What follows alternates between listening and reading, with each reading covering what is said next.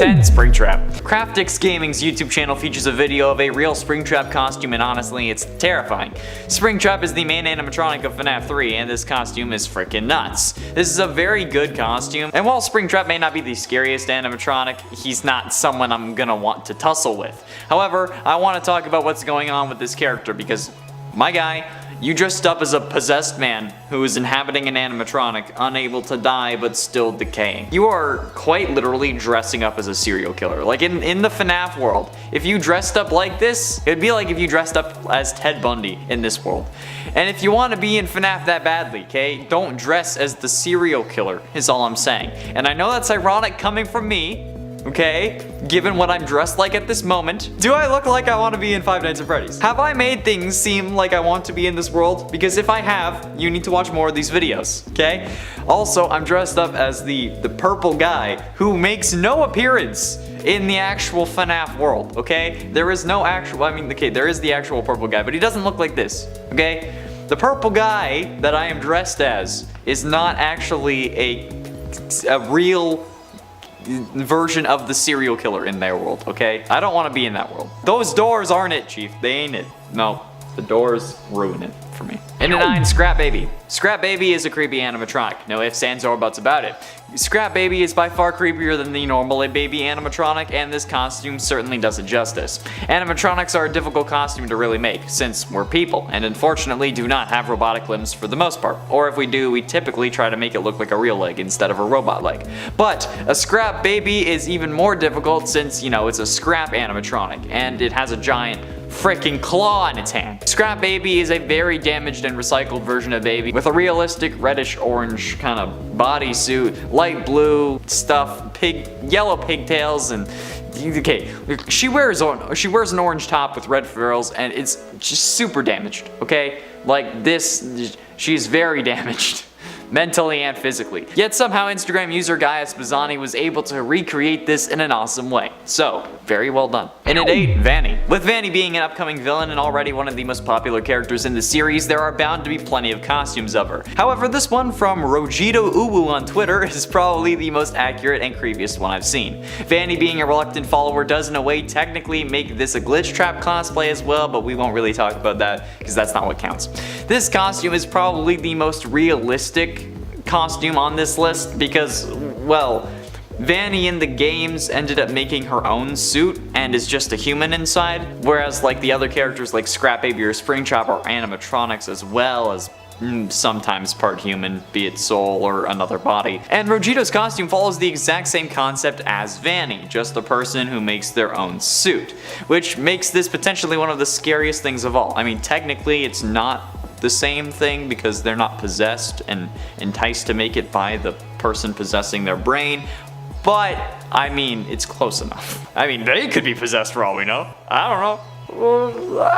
And at 7, Ennard.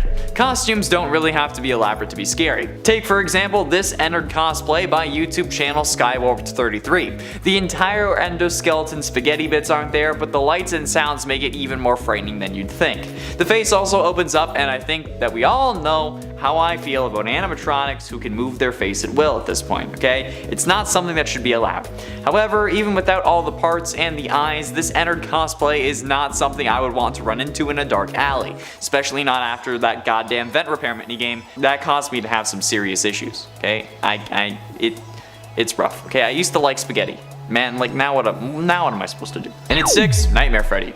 Nightmare Freddy is one of the most iconic versions of the character, even if there are only 3 games that feature this guy, those being FNAF 4, Ultimate Custom Night, and FNAF ER.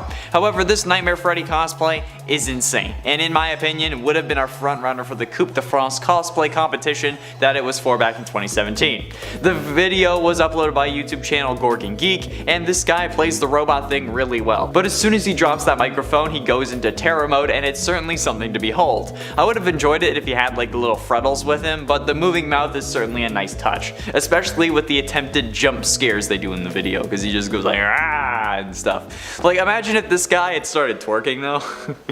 At one point I thought he was going to. He went to pick up the mic and I thought he was just going to start busting it, but no. I think that would have won them gold though. If you get this out of here. If you had started twerking, my guy, you would have won. I don't know what place you came in, but if you'd twerked, you would've won. Halfway through into number 5, Buff Helpy. Okay. This may not be a cosplay, but Buff Helpy is probably the most disturbing non-cosplay character I can really include on this list. If you didn't already know, Buff Helpy is a meme that was created on a Daco FNAF meme review video and has ever since been haunting him and the rest of the community. Don't get me wrong, okay? I love Helpy. But this Buff Helpy meme has generated a whole load of Buff FNAF character ideas, and it terrifies me now. There's nowhere is safe from these creations. If you look up any character, you're bound to find a buff version of them at some point. You just need to scroll down enough, okay? It's one of the rules of the internet, okay? Same thing with what happens to Chica. But no matter what, this is just some psychological torment that I wouldn't wish this on my worst enemy, actually. But I'm talking about it because, like, it's Halloween, and the world is currently my worst enemy, so if I have to look at this thing on a regular basis when I'm writing these goddamn lists, you have to look at it for this one number, okay? One number. That's all I ask. And at 4, Nightmare. I've said it before, and I'll say it again. Nightmare is the scariest animatronic from the games, hands down. This guy will get me every time, and it's one of those reasons I just refuse to play FNAF 4.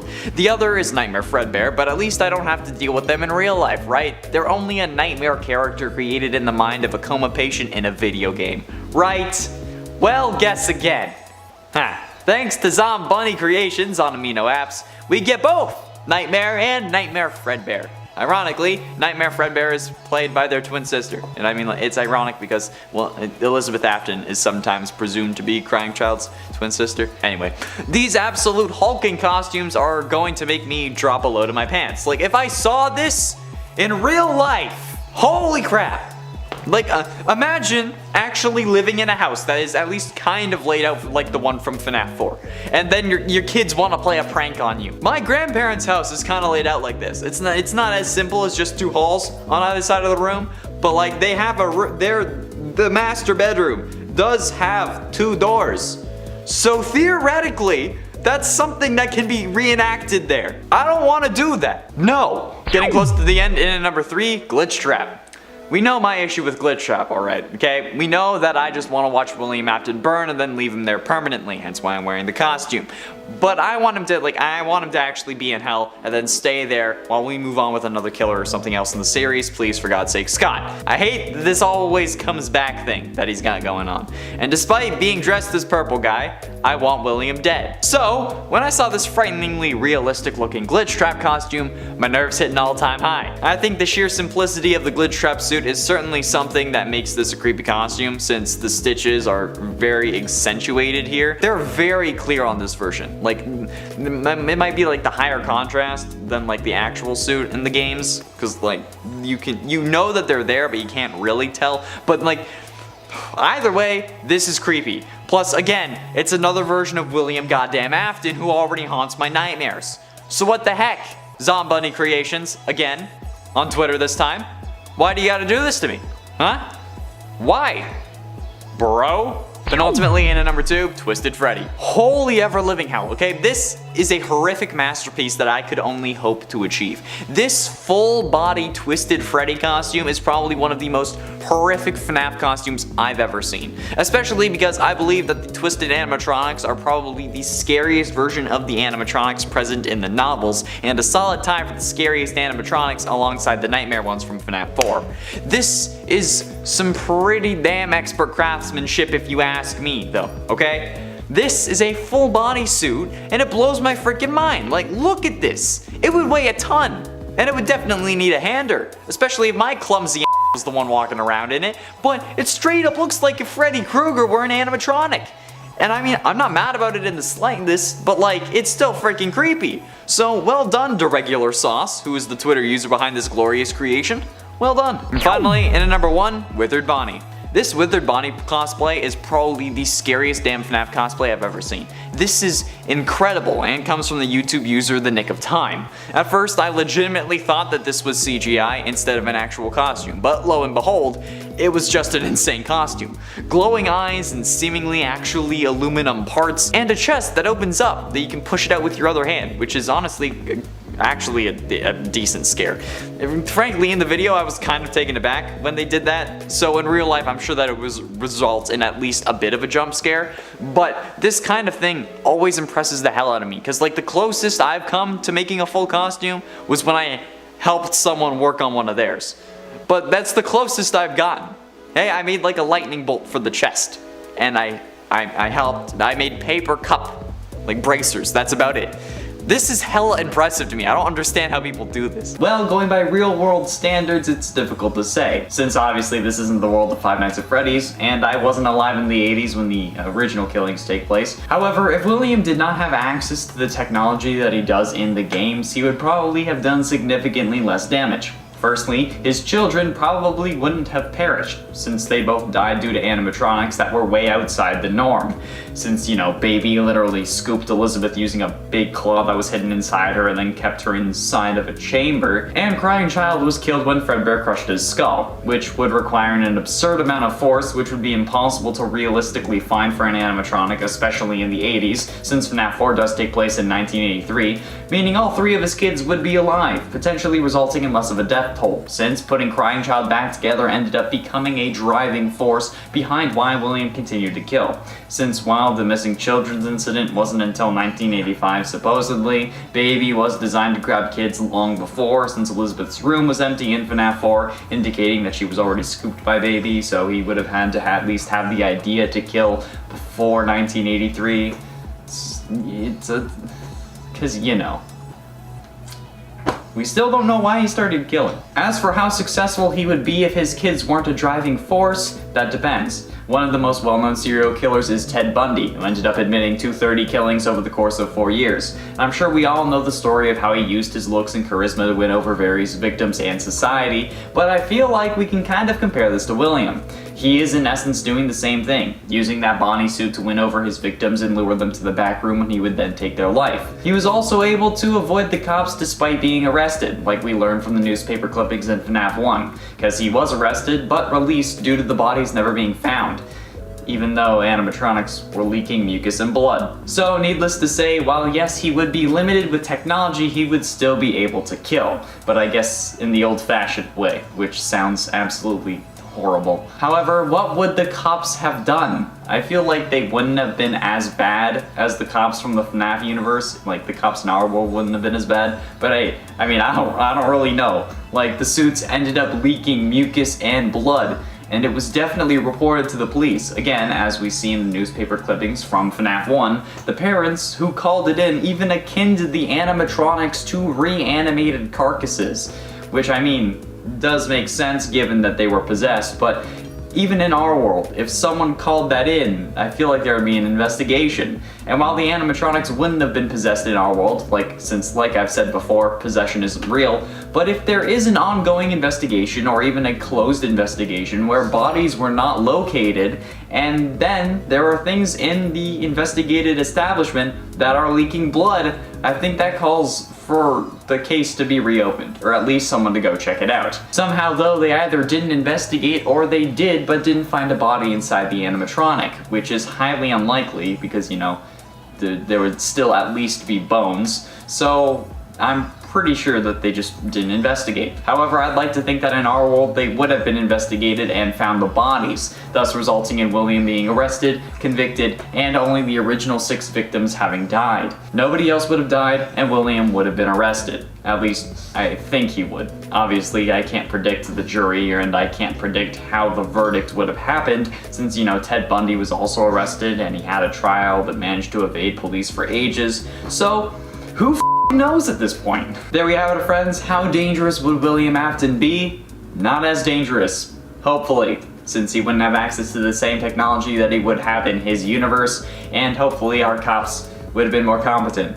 I'm still mad about those. In a 10 circus baby. Let's start off with one of the deadliest animatronics in the game. Baby has an official death count of 2, the first being Elizabeth, William's daughter, and the other being Henry as we see in FNAF World. But it's not just the ability to kill that's crazy, it's the incredibly advanced technology inside the animatronic that's really impressive here. The ability to contain a whole child grabbing claw and then also a containment chamber for said kid is pretty damn impressive. But also the ability to use pins on her body to change her appearance is also pretty insane. Not to mention all of her other features like ice cream dispensing and balloon inflating at her fingertips, but all of this is again overshadowed by the absolute carnage that Baby has the ability to cause. And honestly, that's probably just the tip of the iceberg, not even including the Fazbear Frights version that can change her appearance into an actual person. Oh wait, no, I guess that's the normal novels. Whatever. It's weird and scary. And at 9, mini-renas. Why are the mini-renas so goddamn creepy? They're not scary per se, but they literally tear Ballora to pieces, so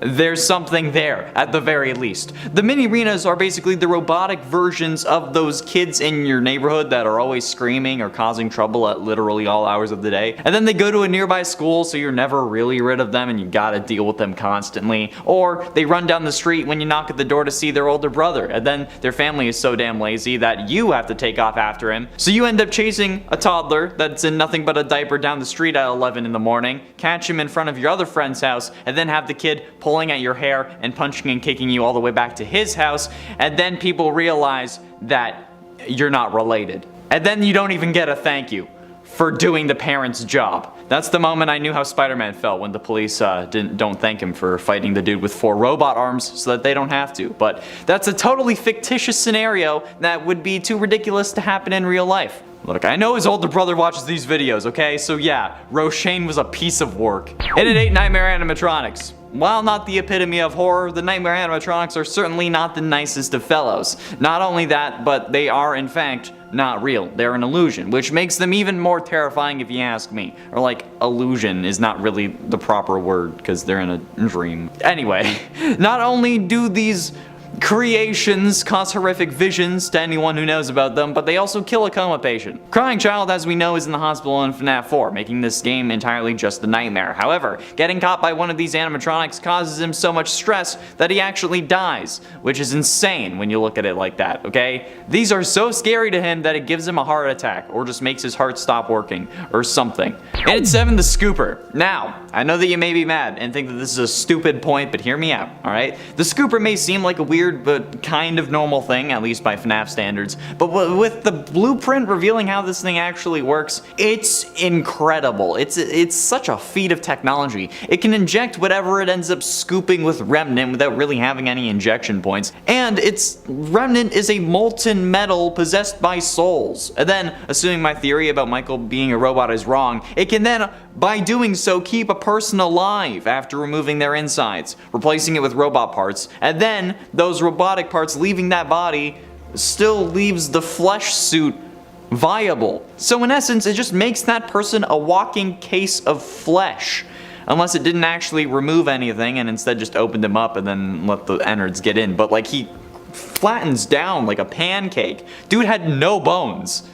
That's impressive, but also terrifying. That would require some serious juice. Dude's juicing. And at 6, Fetch. Fetch was introduced in the Fazbear Frights books and is a robotic dog made by Fazbear Inc. It gets a little too loving. So much so that it will actually brutally murder the girl you want to ask to homecoming. So, sorry Peter, but at least you won't have to feel bad about sending her dad to prison.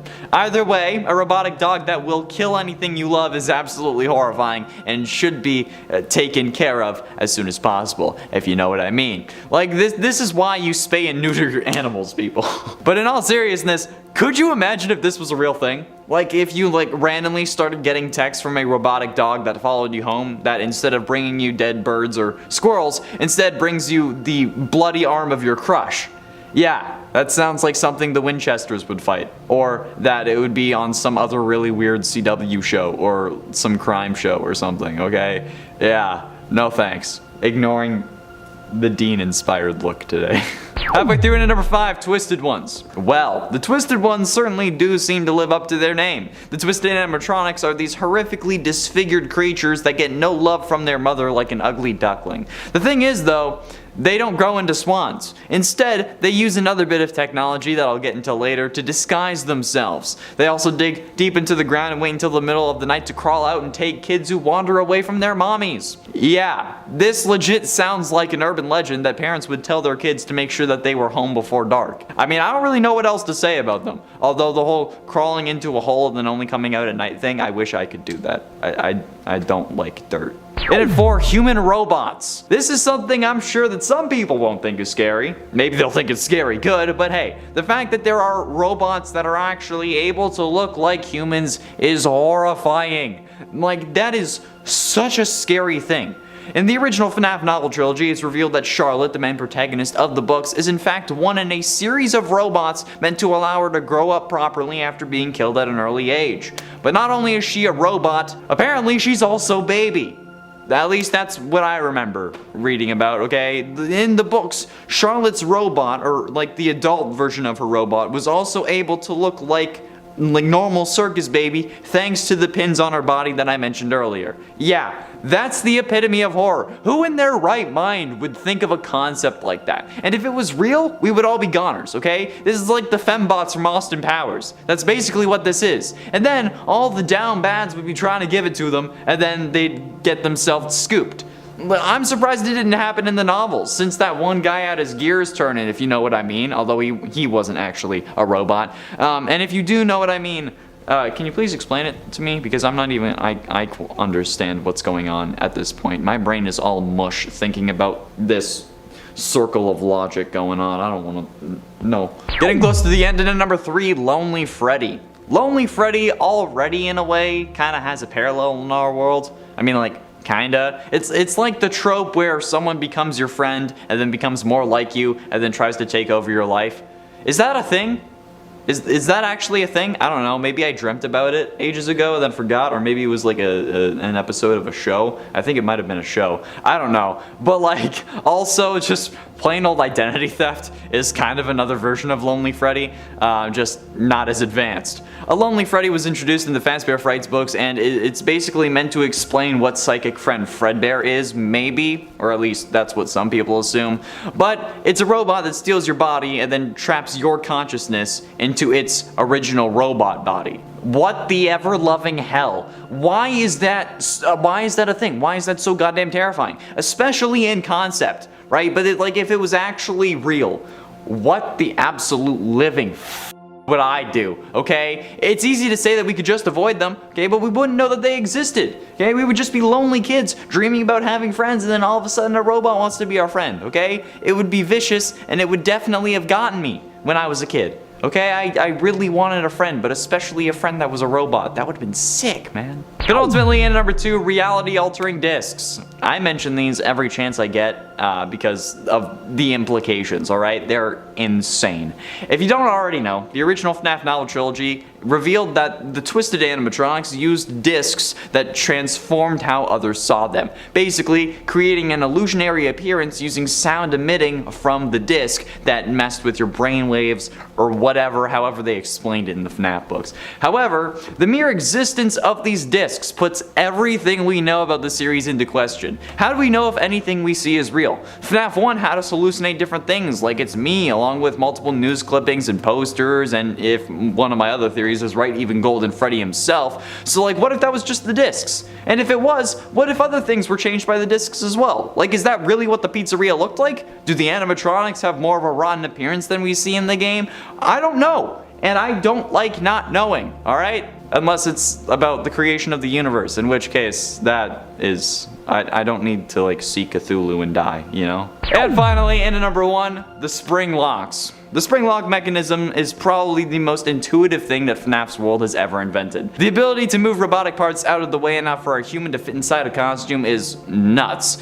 And while it may be dangerous, we also drive over 100 kilometers an hour in huge metal death boxes, so we can't really complain about it. And actually, you know what? Yes, we can. And while yes, cars have their faults, there is nothing compared to the ability to be both animatronic and suit, okay? That's an incredible feat of technology. Yet, it's also terrifying because of the same reasons in game. Okay, someone can dress in it and then pretend to be a robot and then clamp down on you in any second. As it has multiple times before, okay? It can trap you. It could, if it were real, do everything we learn about from the books and the games. And it would make your life hell for fun. Especially when it can be a robot. Okay, and then the man who's once inside of it can like smile knowing that all your friends can't fight off a huge hunk of metal, you know? Like superpowers, basically. Oh, also, just saying, spring locks as they're presented in the games aren't real, okay? The real life spring locks are just locks on springs. It's like your deadbolt, but on a spring. That's basically what it is. So just don't even come at me in the comments. I know you were thinking it. Don't. Location. The location of the various crimes does actually factor into its effectiveness, believe it or not. The idea that William was killing in his own Fazbear restaurants is a ridiculous concept that in reality should have gotten him sent to prison. The saying is something along the lines of like, don't crap where you eat, which some take literally, others take as don't date people you see on a regular basis, and in this scenario I suggest that it should mean don't kill people where you're seen on a regular basis or, you know, constantly because it's your own business, especially if it's the business that like targets kids. And while yes, this doesn't instantly make you guilty, but come on, the first thing that anyone would do in this situation, not even a cop, would be question everyone who was working when whatever had happened, or whoever it was disappeared. And let's be realistic, an incident the likes of the missing children's incident from 1985 would ruin a business permanently. None of this somehow they stay open bullshit, because in the real world they would end up closing permanently because no parent would want to go to a place where 5 kids went missing, especially when no bodies were found, which could maybe help them, but it certainly wouldn't help much. If Afton had any competitors, any at all, right? Even this world's version of Chuck E. Cheese, Afton should have gone there. If he had any competitors, or literally anywhere else, would have made more sense. However, he chose to kill where he eats, and that's probably one of the worst decisions that he could have made. Well, aside from, you know, the killing in the first place. Animatronics.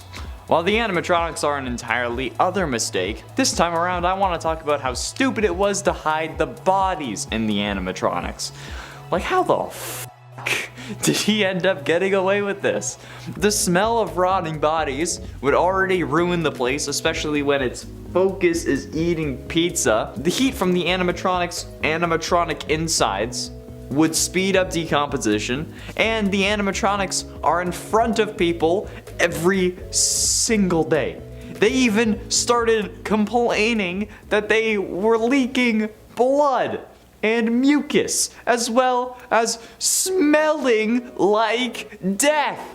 If this was real, and William getting away with it wasn't important for the plot, he would have been caught instantly. Oh, we never found the bodies of these kids, but now these animatronics are leaking blood and smell like death. Hell, they even make bone-crushing sounds when they move. We should probably check this out. Oh look, turns out we found those missing kids. William Afton, you're under arrest for the murder of Cassidy, Fritz, Jeremy, Gabriel, Susie. Boom! Instantly. I don't know how this wasn't an open and shut case. Straight up, William was so goddamn stupid that he shouldn't have made it to the first game. Not to mention how stupid he was by building the Funtime animatronics with these item containment chambers, as he was calling it, since the cops ended up questioning him about why he made those design choices in the sister location opening scene. Plus, he superpowered the jaw of Fredbear from Fredbear's Family Diner to end up giving it a jaw that accidentally killed his son. Absolute moron. William, not the son. It wasn't his fault that he got his head shoved in there.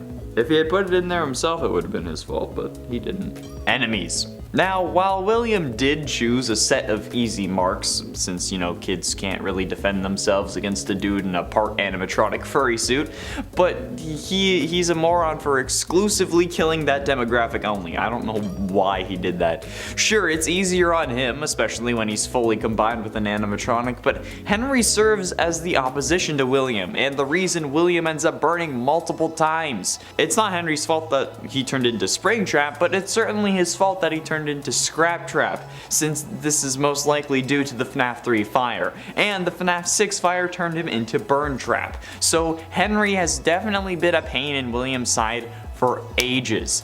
Killing Henry would have resulted in nobody being able to chase William, basically. Like, Michael might have figured it out, but he wouldn't really be in a position to do anything without Henry. Henry gave him the FNAF 3 job, probably, and definitely gave him the FNAF 6 job, so if William had just offed Henry after offing his daughter, he would have had a much easier time. At least, I'd think so. That's why every comic villain wants to kill the hero, right? Because if they do, they'll have a much easier time committing all their various crimes. So how is this any different? It shouldn't be. William is an absolute buffoon for not killing Henry when he had the chance. I'm sure it was Henry reporting him to the cops, like, you killed this man's daughter. Of course he's gonna have some form of vendetta against your ass. He's coming for blood, and he actively tries to kill you multiple times. That's not something that you should have just ignored.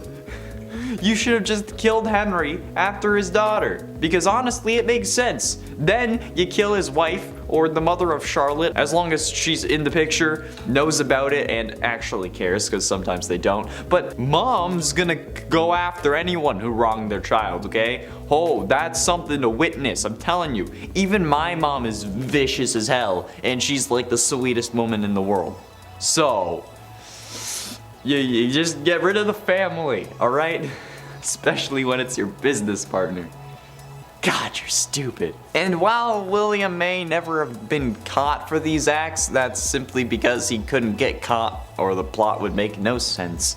So ultimately, the game had to find an excuse for his ridiculous behavior. But William could have done wonders if he had just been slightly more intelligent and maybe actually thought about things. Killing kids in your own pizzeria is horrible for business, so do that somewhere else, okay? If he had, he wouldn't have hid the bodies in the animatronics, which would have prevented the kids from attaching their souls to the animatronics that they were stuffed into. Thus, William wouldn't have had to disassemble them, which accidentally released their souls, causing him to hide in his Springtrap suit. The Spring bodysuit would have failed without him inside, thus preventing Springtrap from being created, and William wouldn't have been sealed behind a wall for 30 years. During those 30 years, he'd still be possessed by the one you should not have killed, since they didn't latch onto an animatronic in the first place, they latched onto him, and he'd be unable to properly die still, but he'd have an extra 30 years to work on bringing his kid back to life. He wouldn't have needed to send Michael to get Baby from Afton Robotics' storage facility, and Michael would have ended up fine. Fazbear Frights wouldn't have opened, resulting in the place never burning down, and the FNAF 6 game wouldn't have needed to take place. There would have been no need to repair the company image in FNAF VR. William would have been probably a millionaire, and he could have used that money to study ways to bring his son back. Perhaps discovering Remnant along the way, similar to how Henry created the Ella doll in the novels. William could have poured his grief into something, watched it become possessed, and then worked on recreating that in a robot version of his dead children. If his children even died anyway. Since Fazbear's wouldn't have closed, he wouldn't have needed to open Circus Babies, resulting in Elizabeth staying alive. And since Crying Child wouldn't have seen her get scooped, he wouldn't fear the animatronics. Thus Michael not needing to put his head in the Fredbear mouth because he thought it was funny, because his brother was scared. His brother wouldn't have been scared, so Michael wouldn't have needed to do that. William also just wouldn't have supercharged Fredbear's jaw, so even if Crying Child did get his head in there, which again I guess would technically be possible, he still wouldn't have died because of it. All of this simply goes back to William's first mistake, which was choosing to kill people in his own establishment. If that first kill also wasn't his business partner's daughter, nobody would have been suspicious of him, and everything would have gone his way. Okay? Afton is smart.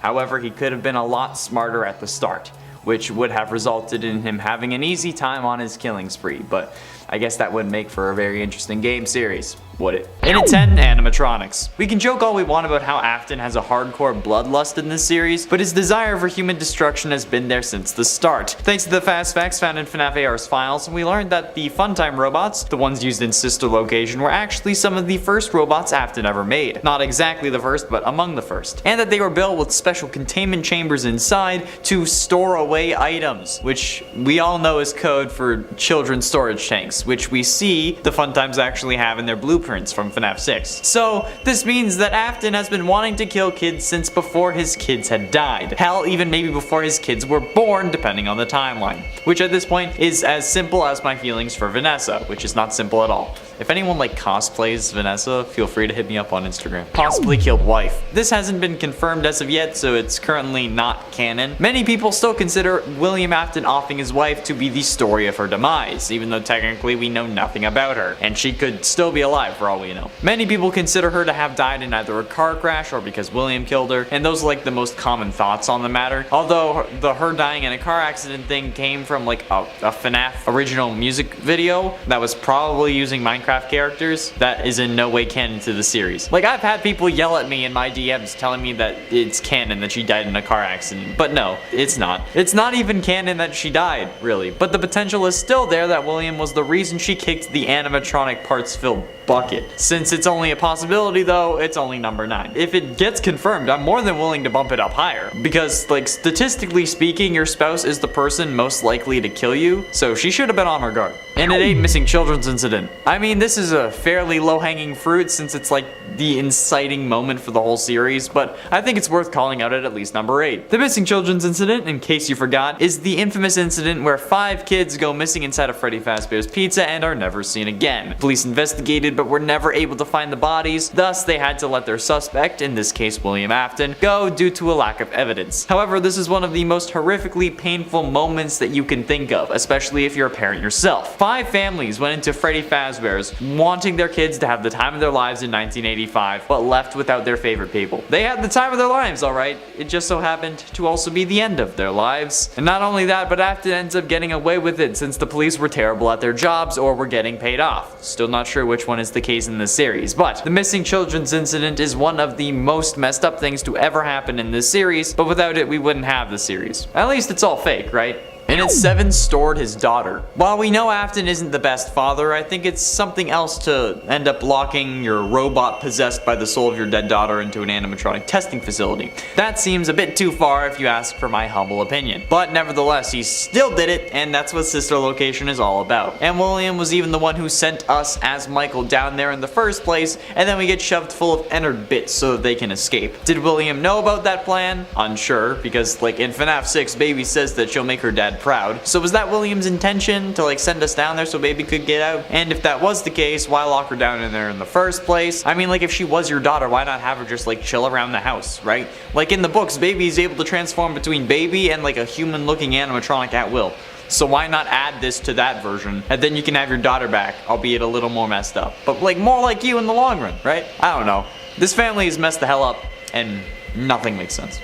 And at 6, lied about Remnant. Now, this isn't confirmed, much like the fact that he possibly killed his wife. However, this seems like the most likely explanation to me. So if you want a full explanation as to why I think Afton was the one who lied about Remnant, go check out that video linked up in the iCard. But I'm going to wrap this up quickly here. Basically, there have been 3 fires so far that were meant to finish off William Afton, and none of them have worked. The reason Henry tried fire was because that's supposed to be the thing that can burn off Remnant. However, Remnant can also be found in liquid form, so how can it be molten but also be burnt by fire? It makes more sense that William made up the lie that he could be killed by fire, so Henry would keep trying and failing to kill him, so he wouldn't have to worry about actually dying, since literally every time he's been caught in a fire, he has survived. And the other animatronics infused with Remnant also survived, like Baby, the puppet, and Ennard in FNAF 6, as we see from the Blob in Security Breach. Halfway through into number 5, Vanessa. Possessing Vanessa was certainly one of the more messed up things that William did. It just sounds weird, you know? Like this guy pops up into your VR headset instead then takes over your body without your consent, so now you end up killing for him. That's kind of messed up. Actually, no, not kind of, that's incredibly messed up. I mean, she knows what's going on too. She actively talks in hushed tones about how she can't talk about it to her therapist. So like, what the hell is the dynamic here?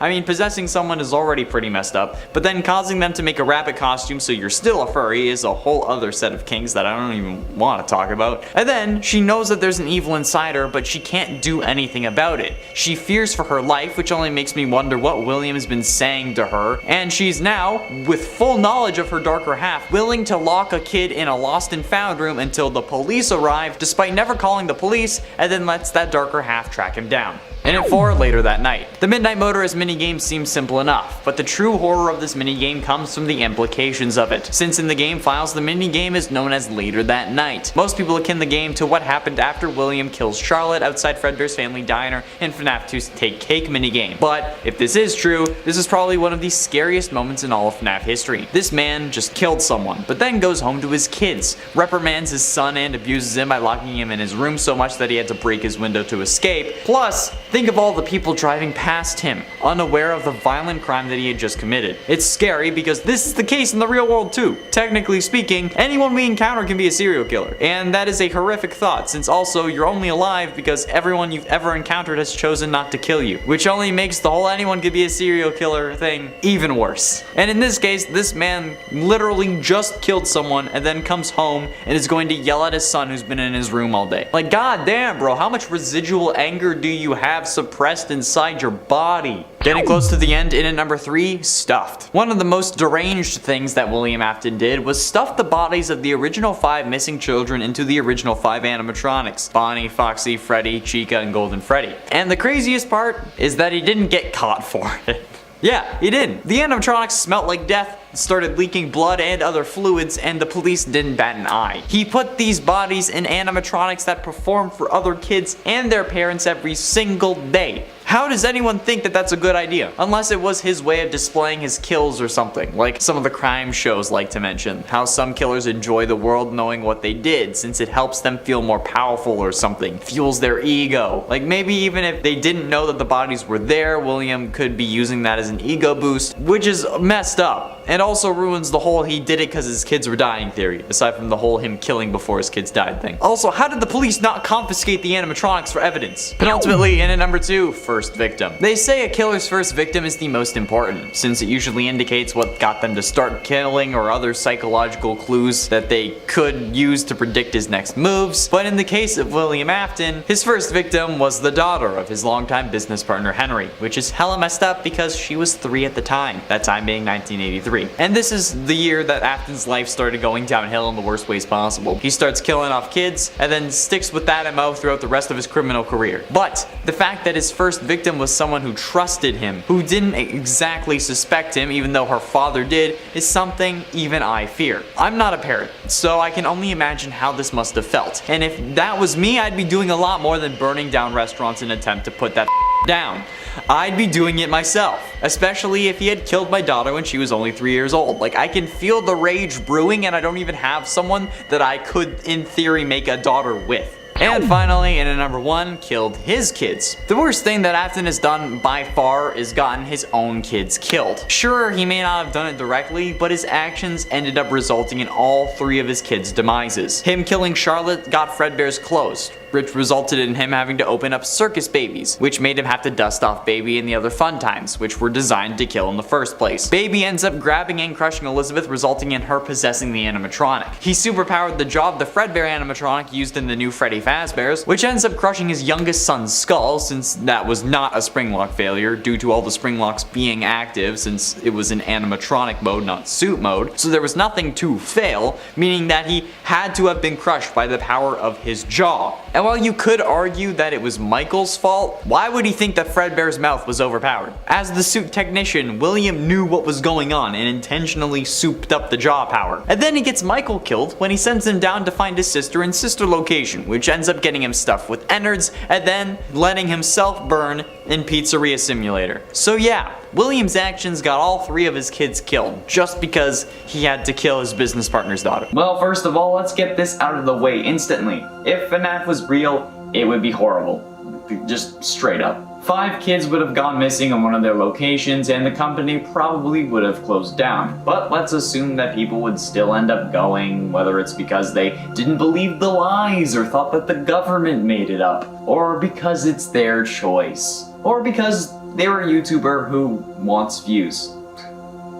Why are you looking at me like that? Well, assuming that people still went to the restaurant because perhaps maybe they vanished around the area instead of inside the place, what would it be like to live in a real Five Nights at Freddy's? For a kid, it would be pretty awful, but you also wouldn't know it.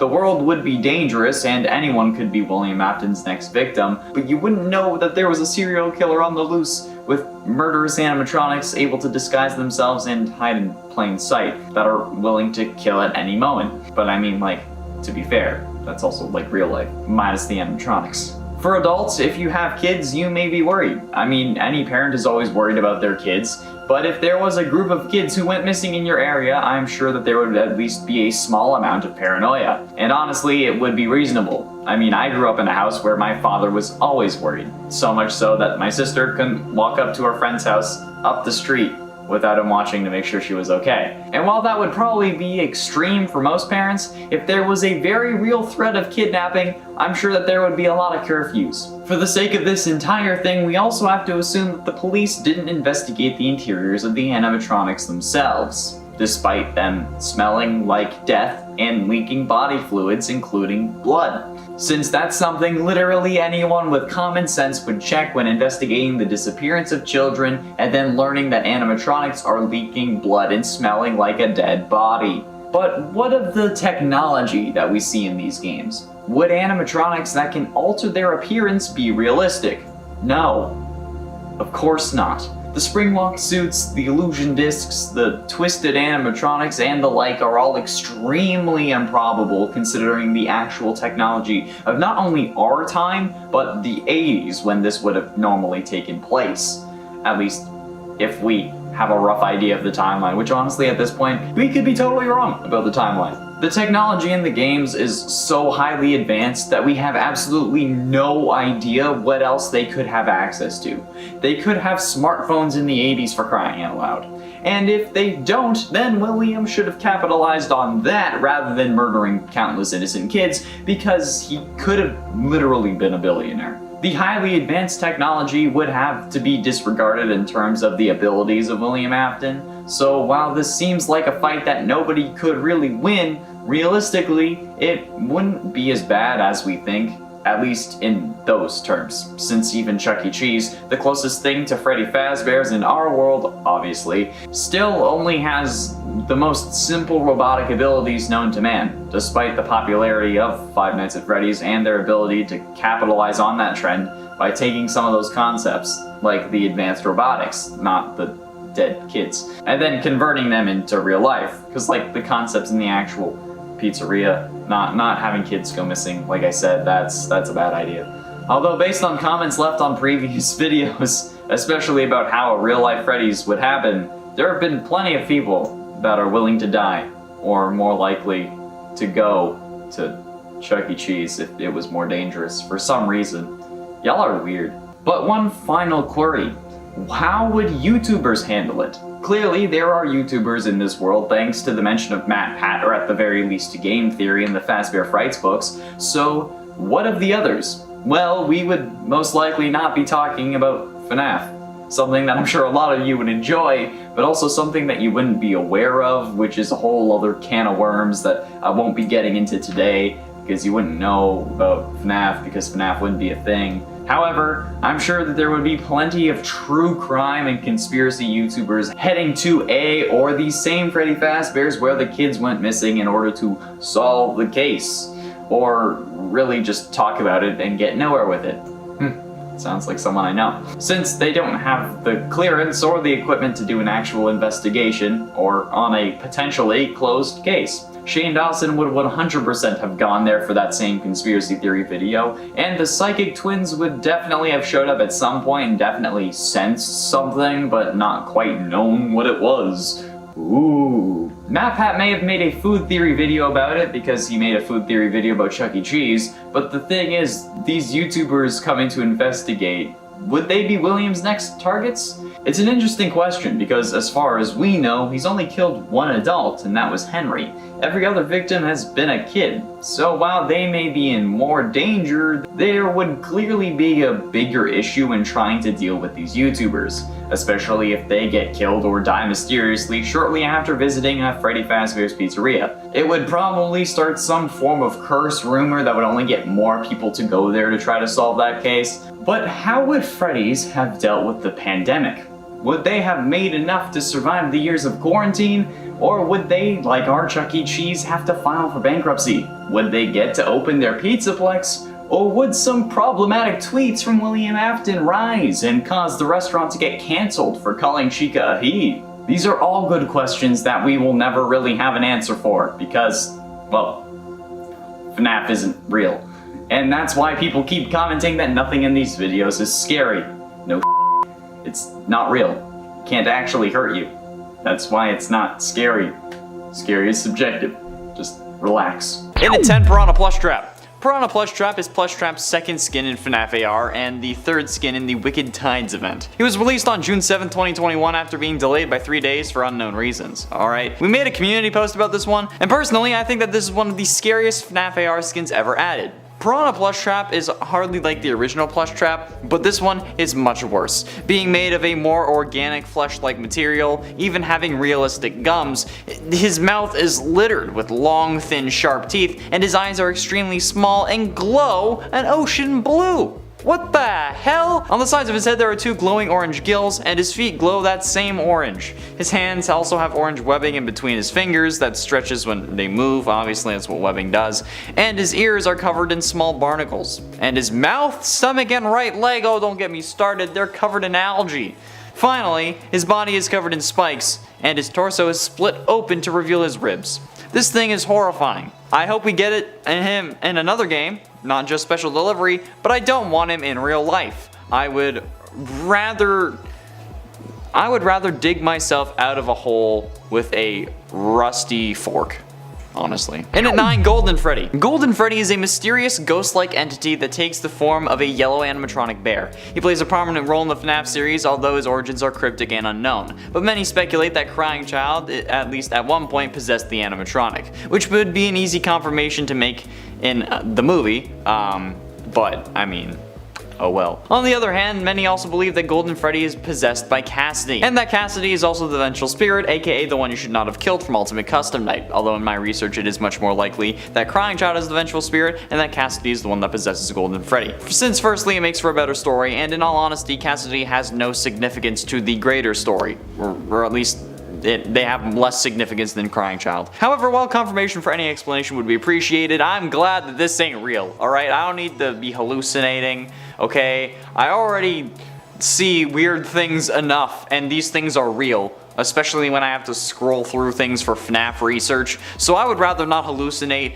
like posters changing, or someone saying it's me in front of me. I don't want that, alright? So, it's a good thing Golden Freddy isn't real, otherwise I would probably have already been put in an insane asylum, instead of them trying to. And at 8, Vanny. Vanny is possessed by the digital virus Glitch Trap, a form of the serial killer William Afton, and appears as the main antagonist of FNAF Security Breach. It's revealed in the Princess Quest minigames that she was actually the main protagonist of Help Wanted, where she was first corrupted by Glitch Trap. She also plays a role in FNAF AR Special Delivery. In Help Wanted, Vanny has some uncertainty in her voice when she was confronted about her task, implying that she, at first, wasn't fully ready to actually kill people. However, by the time the Security Breach came around, she seemingly has killed at least 9 people at the Pizzaplex, as seen in a newspaper article in The Bad Ending. However, that could also just be Aiden Gregory, since one of the kids looks like him, meaning that those kids who have gone missing are just kids whose profiles got wiped out and aren't necessarily dead. In Security Breach, Vanny is also shown to have a sadistic personality hidden behind a childlike flamboyance. However, I still simp for Vanessa, and that's why I'm glad she's not real, because you know what this would be? You know that meme where it's like, Pennywise, and he's like, oh, I got the Fortnite Battle Pass down here, and then Georgie climbs in. Yeah, it would be like that, except it would be Vanny, and she wouldn't have to say anything. All she has to do is be like, Vanessa, and I'd be like, oh, hello. Like, yeah. And at 7, Burn Trap. Burn Trap is higher on this list because while some people may consider him a waste in Security Breach, it was certainly a surprise. We figured that Afton would come back, as he always does. However, we never thought that he would actually come back like this. We figured that there would be more ceremony to a resurrection. However, Burn Trap was certainly not expected, or at least I didn't expect a new form of Afton to appear. I figured that we'd have Scrap Trap or even Glitch Trap, but no. During the fight against him, Burn Trap walks between 3 different rooms on the other side of the underground pizzeria. Gregory has to watch for which room Burn Trap is currently in, and then press the corresponding button when he attempts to take control of Glamrock Freddy. Doing so causes the room to erupt into flames and hurts him because, you know, fire, and stops the corruption attempt. Failure to do so, and in time, Glamrock Freddy's eyes will turn purple, making him hostile towards Gregory, and then you'll probably die. But you know what? I'm damn glad he's not real, because that would have way too many implications. And I already have a hard enough time trying to figure out the mysteries of FNAF. I don't need to try and figure out the mysteries of the universe as well. So, yeah, or even the multiverse, because that's how Burn Trap would be here. So, yeah, no thanks. And at 8, Circus Baby. Circus Baby is one messed up mamma jamma. I mean, don't get me wrong, some specific kids make me get William's whole MO, but the fact that he made these robots, especially the fun times, specifically to kill, and then the first kid they kill is his own daughter, that's some serious karma. But considering how horrific Baby becomes after this, thanks to Elizabeth, I feel like she may have had it coming. Girl was a lot more like her father than she should have been, in all honesty. While yes, crushing any kid would have been bad, I mean, like, your creator's daughter, seriously? Like, come on, bro. Was there no way to blacklist William? You have the animatronics that can walk on their own with advanced AI, facial recognition technology, sound discs that can change what things look like, but you can't make a goddamn program that says do not kill these kids, they come from me. Like, bro, if you ask me, you had it coming. Who tells their kids not to do something especially expecting them to listen? Seriously, dude, William is stupid, but this was still a messed up thing to do, so I'm glad that this isn't real until the kids start screaming in my hall again, and then I wish Baby was real. Halfway through, in at number 5, RWQFSFASXC. Shadow Bonnie makes an appearance in FNAF 2, but is more so a main character in FNAF 3, where the character makes an ultimate appearance as a glitched out game character, and as a statue that you need to click on to enable the glitched minigame. It's weird, okay? Shadow Bonnie has also made an appearance in the FNAF AR game. This character has been everywhere. RWQFSFASXC is just a pitch black version of Toy Bonnie with glowing eyes and teeth. It's pretty weird when you think about it, and in all honesty, it doesn't really make sense, but who knows, alright? It's Shadow Bonnie. No matter, being just a void of pitch black energy can make any animatronic scary, and honestly, we don't know how Shadow Bonnie came into being. There are some theories that it was someone who got spring locked in the suit before Afton, or that somebody got killed, but we don't know for sure, and that makes it even scarier. Either way, I'm glad that this thing can't haunt me in real life, because I really do like lighting. I like electricity. Yeah, if Shadow Bonnie was real, I would be rough. I'd be in a rough spot. Honestly, streaming would be difficult.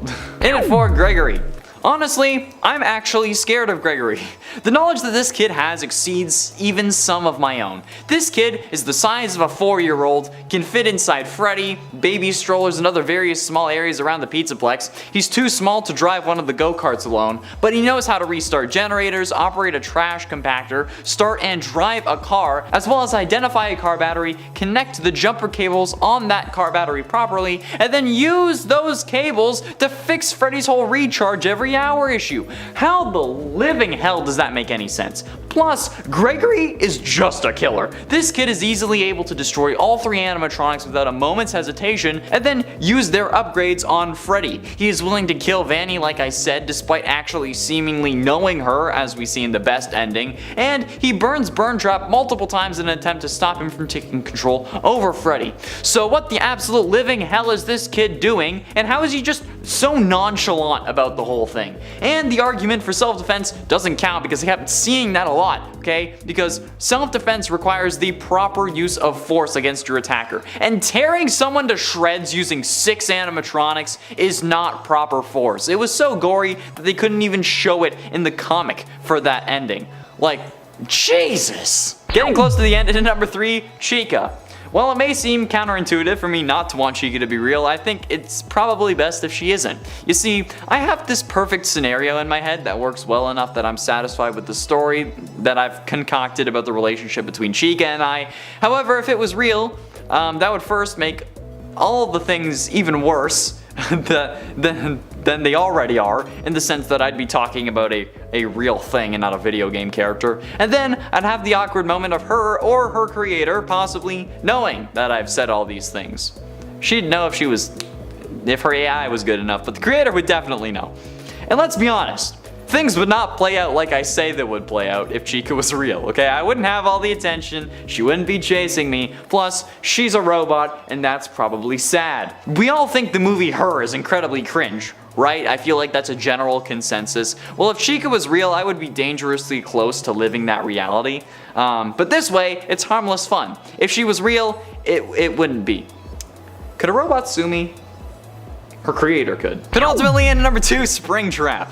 It's pretty universally known that FNAF 3 is one of the easier FNAF games, with only one animatronic that can really kill you. If you just juggle in between a couple rooms, you'll be overall able to survive fairly easily. But while some consider this game to be scary, overall it's one of the least scary of all, and that's thanks to Springtrap. Springtrap's jump scare in this game is actually the worst jump scare in the series, having the only real scare factor being the sound that plays along with it. But as for the actual model, he just moves towards you a little bit, and then that's it. There was also an interview with Daco as a reward for him beating 50/20 mode, where Scott said that he was actually going to end the series after FNAF 3, but the community's disappointment with the Springtrap jump scare caused him to make the 4th game with the Nightmare animatronics. The interview is available for you to listen to online on Daco's channel, so don't go telling me that I'm incorrect without watching it, alright? Because he says it, or at least at the very least implies that this is true. It's been a while since I watched it, so I can't remember exactly, but no matter what, if Springtrap was real, that would also mean that Afton is real. And you know what? I don't want to deal with that. So yeah, he's my number 2. And finally, in at number 1, the Nightmares. I think that if this was really meant to be a horror series, which it is, the Nightmare animatronics should be everywhere. Honestly, they are absolutely terrifying. The normal animatronics aren't really all that scary. The scariest part about those games, like with the Springtrap jump scares, the sound that plays with the animatronic jump scares. But the Nightmares are truly terrifying, and one of the reasons that I don't want to play FNAF 4 or the Night Terror levels of Help Wanted. These things are so horrifying, but also iconic, especially since they're the reason there was a FNAF movie. And like, my nightmares are already screwed up enough, alright? Especially with all the things that I've seen looking up FNAF, alright? It's not your typical nightmare, I'll tell you that. But if they were real, and I actually had to defend my room against these animatronics, I don't think that I would. I think that I would just let it happen, because you know what, that's too stressful for me, and I'm kind of over it. So, yeah. Glad these aren't real.